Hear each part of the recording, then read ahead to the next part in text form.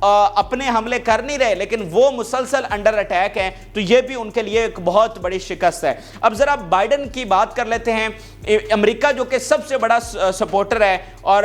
Biden آپ نے دیکھا کہ کس طرح سے اس نے سپورٹ کی، لیکن اب اوپنلی بائیڈن اسرائیل کی حمایت سے پیچھے ہٹ گیا۔ جی ہاں، یہ جنگ کی میرے خیال سے سب سے بڑی ڈیولپمنٹ ہے، کیونکہ اگر اسرائیل ٹکا ہوا ہے تو وہ امریکہ کی مدد پر ٹکا ہوا ہے۔ اگر امریکہ سیڑھی کھینچ لے تو یہ 10 دن بھی نہیں ٹک سکتا، اور اب امریکہ نے اوپنلی اپنی حمایت پیچھے ہٹا لی ہے اور بائیڈن نے سیز فائر کا مطالبہ کر لیا ہے۔ یہ جو ڈپلومیسی ہوتی ہے، اس میں آپ کے جو الفاظ ہوتے ہیں بہت امپورٹنٹ ہوتے ہیں۔ اس سے پہلے اگر آپ 49 ڈیز اٹھا کر دیکھیں تو امریکہ بار بار کہہ رہا تھا کہ ہیومینیٹیرین پاز ہونا چاہیے، یعنی کہ تھوڑا سا وقفہ ہونا چاہیے۔ ہیومینیٹیرین پاز سے مراد یہ ہوتا ہے کہ چلیں آپ دانا پانی ان کو دے دیں اور اس کے بعد مطلب بھوکا نہ ان کو ماریں۔ اس کا مطلب یہ بھی ویسے بڑی وحشیانہ ٹرم ہے کہ بھوکا نہ ماریں ان کو،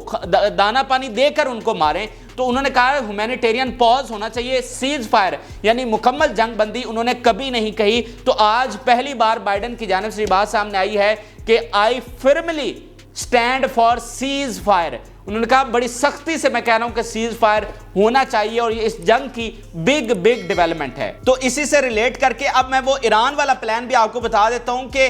اب ایران کا اور ان کی باقی حمایتی تنظیموں کا مقصد یہ ہے کہ اب پہلے انہوں نے ٹریپ کیا ہے اسرائیل کو وقفے میں، ٹھیک ہے، ان سے ٹروس کروایا، یعنی ان جنگ میں وقفہ کروایا، مزید ایڈ اندر بھیجی، میڈیسن، ہیلپ، ساری چیزیں اندر بھیجی، اور اب اس وقفے میں پھنسا کر ان کو اب وہ مکمل سیز فائر کروانا چاہتے ہیں۔ دیکھیں یہ جو شپ کو نشانہ بنایا گیا یہ اسرائیل کے ایک بہت بڑے بلینئر کا ہے، تو ان کی جو معیشت ہے اس کو بار بار نشانہ بنایا جا رہا ہے۔ تو وہ جو بلینئرز ہیں وہ تو سوچیں گے بھائی اس جنگ سے تو ہمیں روزانہ بلینز آف ڈالرز کا نقصان ہو رہا ہے، تو ہم اس چیز کو افورڈ نہیں کر سکتے، ہماری تو معیشت تباہ ہو کے رہ گئی ہے، ہماری صنعت تباہ ہو کے رہ گئی ہے، امپورٹ ایکسپورٹ ہماری تباہ ہو کے رہ گئی ہے، ہم یہ روز روز کا برداشت نہیں کر سکتے۔ تو وہ جو پریشر ہوگا اسرائیلی گورنمنٹ پر وہ اس کو مینج نہیں کر سکتے، تو اس لیے اب یہ ان کو نشانہ بنایا جا رہا ہے اس وقفے کے دوران، تاکہ وہ جو پریشر ہے مکمل سیز فائر کا وہ ڈیولپ کیا جا سکے، اور وہ اس میں اب کامیاب ہوتے ہوئے بھی ہمیں نظر آ رہے ہیں۔ اب یہ اسرائیلی میڈیا کا آپ بیان دیکھیے کہ اگر حماس جنگ کو روکنے میں یعنی فائٹ کو روکنے میں کامیاب ہو جاتی ہے تو یہ اس کی بہت بڑی فتح ہوگی۔ یہ خود اسرائیلی میڈیا کہہ رہا ہے کہ جنگ اگر رک گئی، اگر فائٹ مکمل طور پر رک گئی یعنی سیز فائر ہو گیا تو یہ ان کی بہت بڑی فتح ہوگی۔ پھر فارمر جو نیشنل سیکیورٹی ایڈوائزر ہیں امریکہ کے جان بولٹن، یہ بہت بڑا نام ہے، ان کا آرٹیکل چھپا ہے، انہوں نے بہت اہم باتیں کی ہیں، وہ بھی آپ ذرا سن لیجئے۔ انہوں نے کہا یہ جو ٹروس ہوا ہے یعنی جو وقفہ ہوا ہے یہ میجر وکٹری ہے مزاحمتی تحریک کی، اور انہوں نے کہا کہ اس وقت اسرائیل کے لیے جو سب سے بڑی پرابلمٹک بات ہے، جو ان کے لیے بہت ڈینجرس بات ہے، جو جنگ میں ان کو بہت نقصان پہنچا سکتی ہے، وہ ہے decline of political support of U S, کہ جو یو ایس کی پولیٹیکل سپورٹ ہے، جو ان کی مدد ہے، اس میں اب واضح طور پر ڈکلائن آ رہا ہے، اور یہ چیز جو ہے وہ اسرائیل کے لیے سب سے بڑی خطرناک ہے۔ انہوں نے کہا کہ اب بائیڈن کی ٹون ڈاؤن ہو چکی ہے، جو پہلے وہ دھمکیاں اور وہ ساری چیزیں لگا رہا تھا، اب اس کی ٹون مکمل طور پر ڈاؤن ہو چکی ہے، اور انہوں نے کہا کہ آگے 2024 میں یعنی 1 ماہ بعد جو الیکشن کمپین شروع ہونے والی ہے اس میں یہ بالکل افورڈ نہیں کر سکے گا ان کے ساتھ کھڑا ہونا، بلکہ کمپین تو ابھی سے شروع ہو چکی ہے۔ تو یہ جو 2024 میں الیکشن کا فیکٹر ہے یہ بہت بڑا ثابت ہو رہا ہے اس جنگ کے حوالے سے۔ اگر بائیڈن پرو اسرائیل پالیسی رکھتا ہے تو وہ الیکشن نہیں جیت سکتا۔ سارے سرویز، ابھی جو سروے آیا اس میں 80% ووٹرز نے کہا کہ ہم اس کی پرو اسرائیل پالیسی کی وجہ سے اس کو ووٹ نہیں کریں گے، تو اس کی پریزیڈنسی مکمل طور پر خطرے میں ہے، تو وہ بالکل اس ٹائمنگ میں افورڈ نہیں کر سکتا۔ ہاں اگر وہ ابھی الیکشن جیت کر آیا ہوتا تو شاید وہ افورڈ کر لیتا، لیکن ابھی الیکشن کمپین شروع ہونے والی ہے تو وہ اس چیز کو برداشت نہیں کر سکتا، اسی لیے اب اس نے پہلی بار 49 ڈیز میں پہلی بار سیز فائر کا مطالبہ کر دیا ہے، اور یہی چیز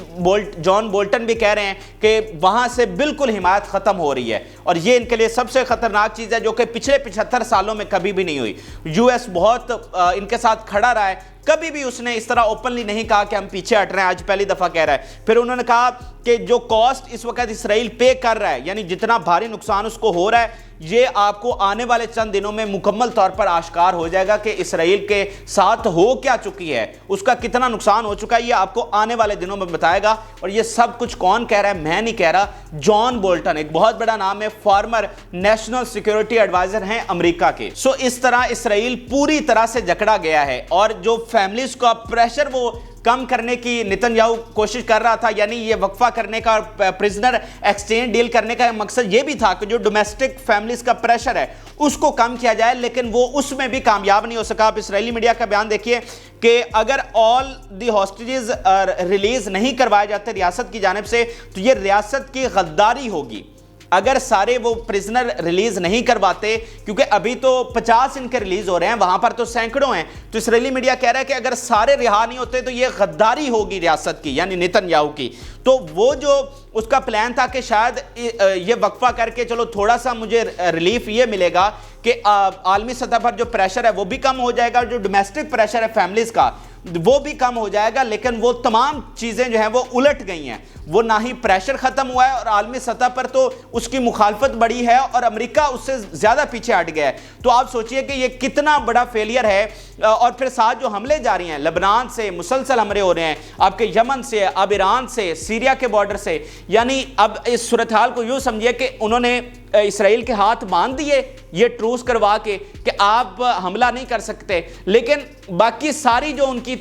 حمایتی ہیں وہ اسرائیل پر حملہ کیے جا رہے ہیں۔ تو اسرائیل خود انڈر اٹیک ہے، لیکن اس کے ایسے ہاتھ باندھے گئے ہیں کہ وہ حملہ نہیں کر سکتا۔ تو اس طرح اسرائیل کو گھیرا گیا ہے۔ میں کہتا ہوں ایسی حکمت عملی تو سوچی بھی نہیں تھی کہ اتنی بڑی فتح مل سکتی ہے، اور اسرائیل جو اتنا گھمنڈی ہے، اتنا تکبر والا ہے اور اتنا ظالم ہے، وہ بچوں اور عورتوں کو بھی مارنے سے پیچھے نہیں ہٹتا، اس کے ساتھ یہ ہوا ہے اور اس کو اس طرح سے جکڑا ہے۔ یہ کمال کی حکمت عملی ہے۔ اور آپ دیکھیے کہ اسرائیلی شہری کس طرح سے ڈرے ہوئے ہیں اور ملک چھوڑ کر بھاگنے پر مجبور ہیں۔ یہ آپ اسرائیلی میڈیا کا بیان دیکھیے کہ 300% پلس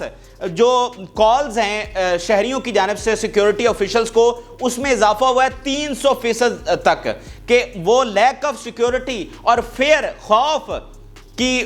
بات کر رہے ہیں کہ ہمیں خوف ہے کہ کوئی آ کر ہم پر حملہ نہ کر دے، ہماری سیکیورٹی کا ہمیں بہت زیادہ خطرہ ہے۔ یہ 300% تک جو ڈر ہے ان میں وہ بڑھ گیا، اور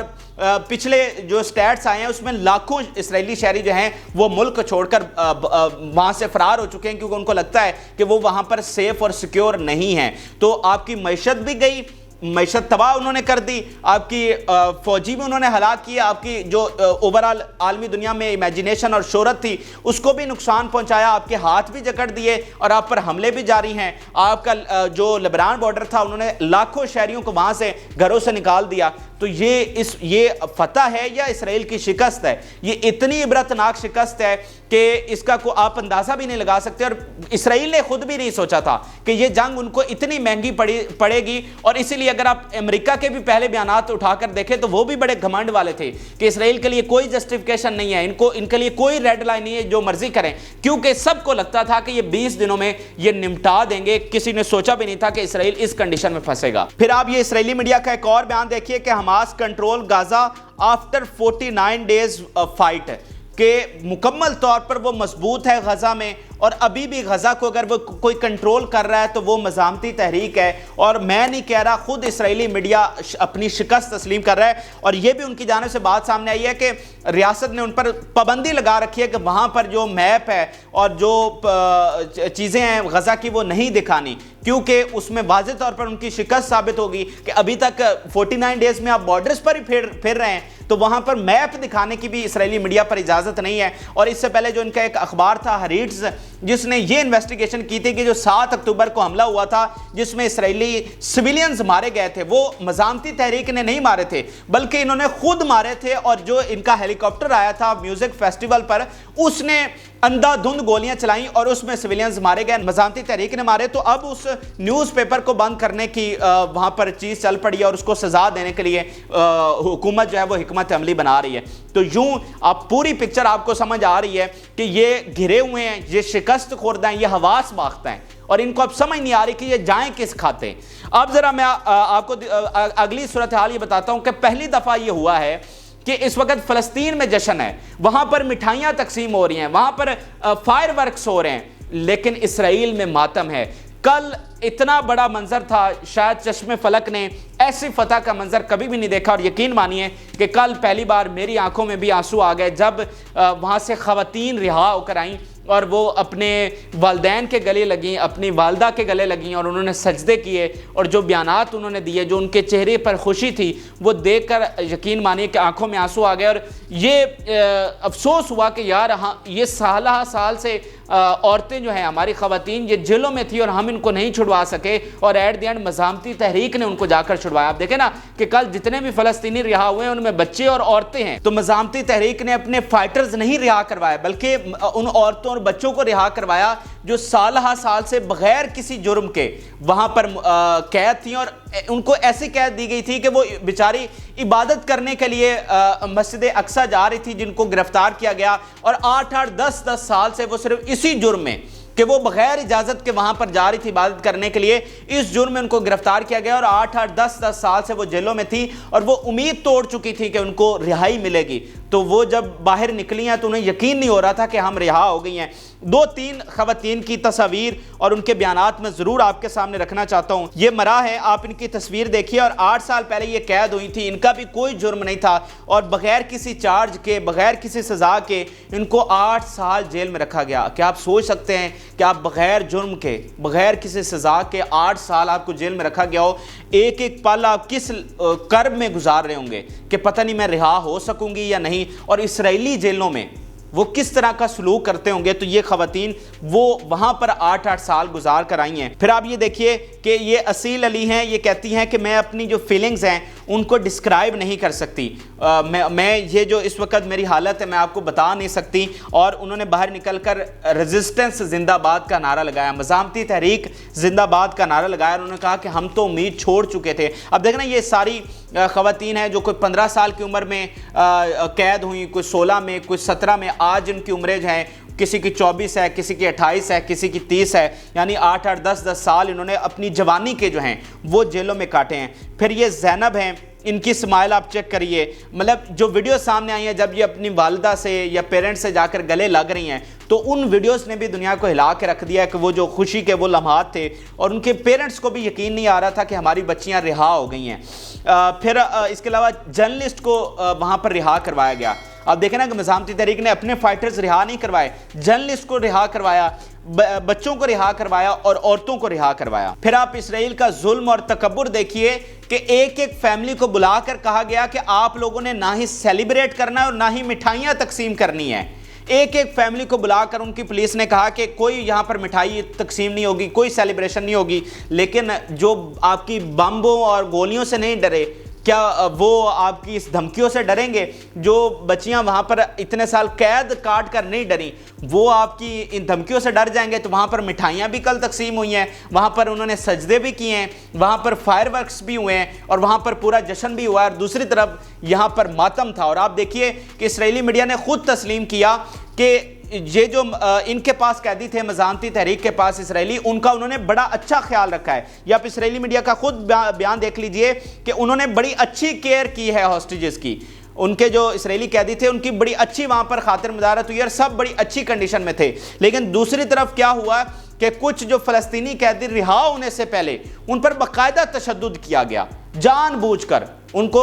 تشدد کیا گیا، اور جو ہی وہ بیچارے گھر پہنچے ان کو پہلے ہاسپٹل لے کر جایا گیا، وہاں پر ان کو علاج ان کا کروایا گیا۔ تو انہوں نے کس طرح سے خیال رکھا، اور آپ نے رہا ہونے سے پہلے ان پر تشدد کیا۔ تو یہ فرق ہے، اور آج اسرائیلی میڈیا خود یہ اس چیز کو تسلیم کر رہا ہے۔ تو یوں ناظرین پوری دنیا کو اب سمجھ آ گئی ہے کہ کون ہار رہا ہے، کون جیت رہا ہے، کون ظالم ہے، کون مظلوم ہے، کون دہشت گرد ہے اور کون معصوم ہے۔ یہ اس جنگ کی سب سے بڑی فتح ہے۔ 75 سال فلسطینیوں نے جانیں قربان کی، اپنے بچے اپنی عورتیں قربان کی، اور ساتھ ان پر لیبل دہشت گردی کا لگتا رہا، ان کو ظالم ڈکلیئر کیا جاتا رہا۔ لیکن آج اس جنگ کی میرے نزدیک سب سے بڑی فتح یہ ہے کہ دنیا کو یہ تو پتا چلا کہ بھائی ظالم کون ہے اور مظلوم کون ہے، دہشت گرد کون ہے اور معصوم کون ہے۔ تو اب جو اسرائیل ہے وہ ان فلسطینیوں کی مسکراہٹیں دیکھ کر پاگل ہو چکا ہے، وہ حواس باختہ ہو چکا ہے۔ تو اب دیکھیے کہ 2 دن بعد جب اس جنگ میں وقفہ ختم ہوگا تو اسرائیل کس طرح سے ریئیکٹ کرتا ہے، یہ بھی اب بہت بڑا سوال ہے کہ جن کو ان کی مٹھائیاں تقسیم کرنے سے تکلیف ہے، انہوں نے آ کر کہا، جب باہر نکلے تو خواتین نے بیان دیے کہ ہم نیتن یاہو اور بائیڈن سے ڈرنے والے نہیں اور ہم اپنا وطن چھوڑ کر نہیں جائیں گے۔ یہ وہ خواتین ہیں جنہوں نے 8 سال اسرائیلی جیل کاٹی ہے اور باہر نکل کر وہ یہ بیان دے رہی ہیں۔ تو ان کی مٹھائیوں سے، ان کی مسکراہٹوں سے، ان کے سجدوں سے ان کو بہت تکلیف ہوئی ہے اور وہ پاگل ہو چکے ہیں اس غصے میں۔ تو دیکھیے کہ آگے چل کر کیا ہوتا ہے، لیکن پوری پکچر میں نے آپ کو سمجھانے کی کوشش کی ہے۔ آپ اپنی رائے سے ضرور آگاہ کریں۔ جن لوگوں نے چینل کو سبسکرائب نہیں کیا وہ چینل کو ضرور سبسکرائب کر لیں۔ اجازت دیجیے، اللہ حافظ۔